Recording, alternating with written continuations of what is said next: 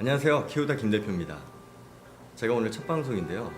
이 부동산 컨텐츠를 가지고 첫 번째 아이템을 기획을 하면서 어떤 아이템으로 하는 게 가장 좋을까라는 고민을 했었습니다.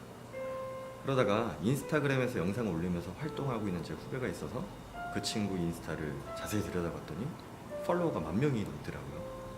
전 기껏해야 400명. 어쨌든 그 친구한테 연락을 해서 팁을 구했죠. 그랬더니 컨텐츠가 부동산이니까 전문적인 게 나올 것 같은데 그런 것도 좋지만 처음에는 대중적인 아이템으로 시작해라라는 조언을 받았습니다. 대중적인 거. 제가 작년 11월에 창업을 했으니까 지금 창업한 지 한 4개월 정도가 됐거든요. 그 전에 이 숙박 오토 기업에서 부동산 개발 본부장으로 재직을 했었어요. 그때 그 회사 내부 직원들한테 가장 많이 들었던 질문을 첫 번째 아이템으로 하자라고 생각을 했었습니다. 왜냐면 그게 가장 대중적일 거라고 생각을 했거든요.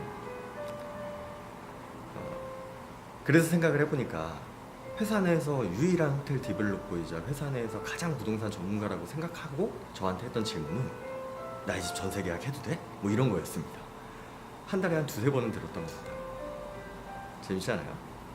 내부 직원들이 부동산적으로 가장 궁금했던 거, 숙박 상권이 어디가 좋은지, 호텔 수익 구조가 어떤지 뭐 이런 게 궁금한 게 아니라 내 집 계약이 안전한지 이 여부였던 거죠.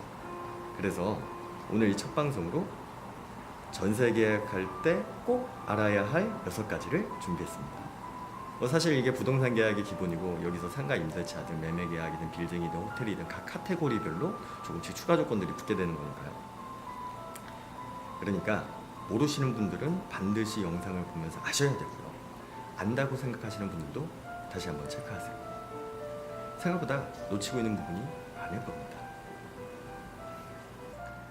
회사에 다닐 때 친하게 지냈던 분들 중에 인사팀장 김민군이라고 있었습니다.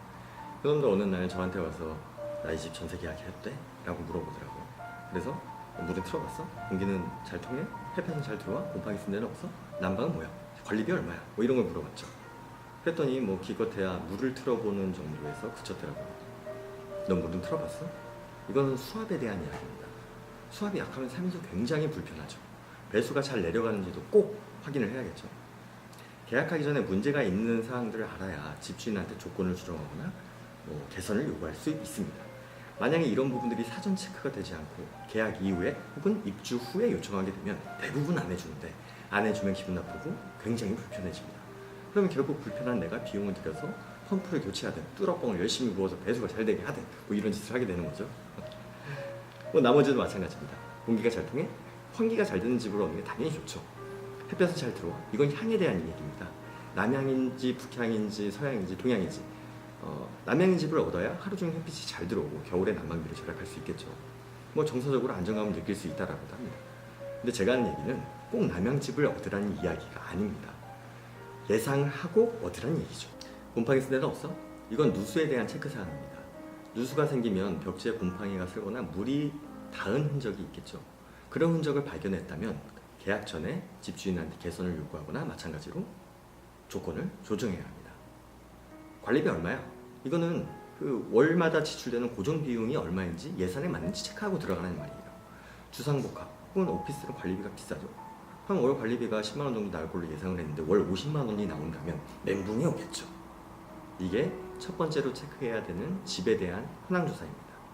원래는 그 전에 집의 위치나 교통 편의성 이런 부분은 따져봐야겠지만 나 이거 계약해도 돼? 라고 물어봤던 건 위치나 교통은 통과가 된 거겠죠. 이런 부분은 건물을 매입할 때도 마찬가지입니다. 상권 조사 후에 상권과 위치가 마음에 든다면 건물의 현황 조사를 하는 거죠. 이 현황 조사를 제대로 안 해서 다시 다 체크해 보라고 하고 또 물어봤죠. 거기 매가랑 대출이 얼마인지 확인했어? 그랬더니 안 했다고 하더라고요. 그래서 제가 무신 새끼라고 했습니다. 아니, 지 전재산이 들어가는 건데 이런 사항을 확인 안 하고 들어가면 정말 큰일 날 수 있습니다. 그래서 건물의 소유권과 자금 사항들을 확인할 수 있도록 등기부 등본을 누구나 열람할 수 있도록 해놨는데요. 간단한데도 이걸 열람 신청하는 방법조차 잘 모르시는 분들이 많이 있더라고요. 그래서 잠깐 보여드리고 넘어갈게요. 검색창에 인터넷 등기소라고 검색을 해서 사이트에 들어옵니다. 그리고 아이디가 있으면 로그인을 하시면 되고요. 열람하기를 누릅니다. 들어가서 집합 건물이 대부분이실 거예요. 단독 건물일 경우에는 건물로 검색을 하시면 되고, 다세대나 아파트 같은 경우에는 집합 건물입니다. 집합 건물로 클릭을 하시고 지역과 있는데 현행 폐쇄 다 뽑으세요. 폐쇄까지 뽑는다고 해서 돈 더 들지 않습니다. 주소를 입력하시고요. 공동담보와 매매 목록은 꼭 띄세요. 이걸 같이 띄어야 전체적인 현황을 다 볼 수가 있습니다. 여기서 검색을 누르시고 리스트가 나오죠. 여기서 해당 호수를 클릭을 하게 됩니다. 이렇게 화면이 뜨면 선택을 누르고 말소사항 포함, 그 다음에 다음을 누르시고 이제 공동담보 전세 목록 뭐 이런 게 뜨죠. 다 체크해요. 결제, 열람은 700원, 발급은 1000원입니다. 결제. 24시간 지나면 다시 못 보니까 출력을 눌러서 저장을 해놓습니다. PDF로 저장을 하실 수도 있어요. 자, 이렇게 뗐으면 볼 줄도 알아야겠죠? 실제로 저한테 문의했던 그 물건을 내용을 재구성해봤습니다. 등기부등본에는 총 3가지가 나와. 표제부, 갑구, 을구. 표제부에는 건물에 대한 사항, 갑구에는 소유권에 관한 사항, 을구에는 소유권 이해의 권리에 대한 사항이 나오는 거야. 현행과 폐쇄를 둘 다 뽑으라 그랬지.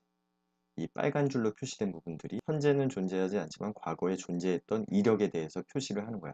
이걸 왜 뽑으라고 하냐면 이 갑구의 소유권에 대한 사항에서 가등기 혹은 가압류 뭐 이런 것들이 설정이 돼 있으면 현재는 깨끗하더라도 과거에 혹은 최근에 그런 문제들이 있었다라는 걸 확인하기 위해서요. 만약에 그런 게 설정이 돼 있었던 물건이라면 위험할 가능성이 있겠지. 뭐 모든 중개사분들이 그런 건 아니지만 일단 계약을 할 때 현행만 뽑아서가 등기부등본을 잘 보지 못하는 사람들도 이게 뭔가 문제가 있는 것 같이 느껴지거든. 그러니까 그냥 그런 이슈를 차단하기 위해서 그냥 현행만 뽑아서 가는 게 일반적으로 중개를 할 때 해두지. 그러니까 내 전세권이 제대로 보장될 수 있는지를 확인하려면 이런 사항들을 면밀히 보고 계약을 해야 된다. 자, 보자. 소유권에 대해서 가압류나 가등기 내용은 없어요. 을구에서 보면은 이게 2억 9,400이 설정이 돼 있다가 해지가 됐고 1억 8,600도 설정이 됐다가 해지가 됐어. 아마 이거 건물을 지을 때 공사를 하면서 대출을 받았던 것 같고 이 건물의 다른 호수들이 다 묶여가지고 추가 대출을 받았네. 이런 사항들이 여기 적혀 있다. 그리고 건물이 준공 나고 나서 1억 8천의 대출을 실행을 했다. 1억 5천이라고 생각하면 돼. 1억 5천에 120%를 보통 일반적으로 1금융에 설정을 하거든. 그래서 1억 8천이 설정이 돼 있는 거고 실제로는 대출 월금이 1억 5천 정도다. 아까 요약 클릭하라 그랬지. 요약이 마지막에 나와 있어. 이 주요 사항만 확인하면은 소유자는 최종적으로 누구고 대출은 얼마 돼 있다. 내가 이거 왜 보라 그랬어? 이 건물이 안전한지 뭐라 그랬지? 여기에 지금 1억 5천이 설정이 돼 있어. 그리고 물어봤죠. 근데 너 전세금이 얼마야? 2억이라고 하더라고요. 매가가 얼마야? 라고 물어봤어요. 그랬더니 모르네요. 그래서 제가 뭐라 그럴게요. 아까처럼 얘기했어요. 충시 새끼 이랬죠. 그리고 매가 확인해 보라고 했어요. 근데 어떻게 하냐? 일단 중개업자한테 1차로 물어보고 네이버 부동산에 들어가서 시세를 봐. 그리고 실거래가 확인이 가능한 호갱노노 어플도 있으니까 이 3가지 다 확인해보고 나한테 이야기해줘 라고 했죠. 그리고 잠시 후에 매가가 3억 5천이래요. 어떻게 하냐? 뭘 어떻게 하냐? 아니 대출이 1억 5천이고 전세가 2억이면 3억 5천이지. 3억 5천이면 파는 거랑 똑같은 거잖아.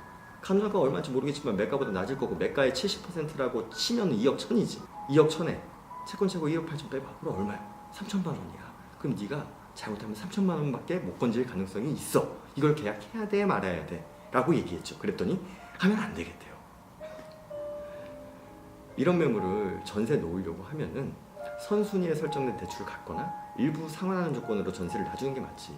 이런 매물은 계약하면 큰일 납니다. 실제 이 사례에서도 이런 부분을 집주인 쪽에 전달을 하니까 자기가 가지고 있는 다른 집에 설정을 해주겠다고 하더라고요. 뭐 거기도 뭐 이미 대출이 꽉 차 있는 상태였어요. 그러니 이러한 부분은 반드시 꼭 확인하고 가야 합니다. 자, 여기서 1차 정리할게요. 전세 계약할 때 꼭 알아야 되는 6가지. 앞에 2가지 말씀드렸습니다. 첫 번째, 집의 현황 조사, 즉 하자 유무를 체크한다. 2번째, 등기사항 전부 증명서를 확인을 해서 내 전세금이 안전하게 보존될 수 있는지를 확인한다. 그리고 이 2가지가 끝나도 계약 전에 추가로 확인해야 될 게 하나 더 있습니다. 3번째, 그건 바로 다음 시간에 이어서 말씀드리겠습니다.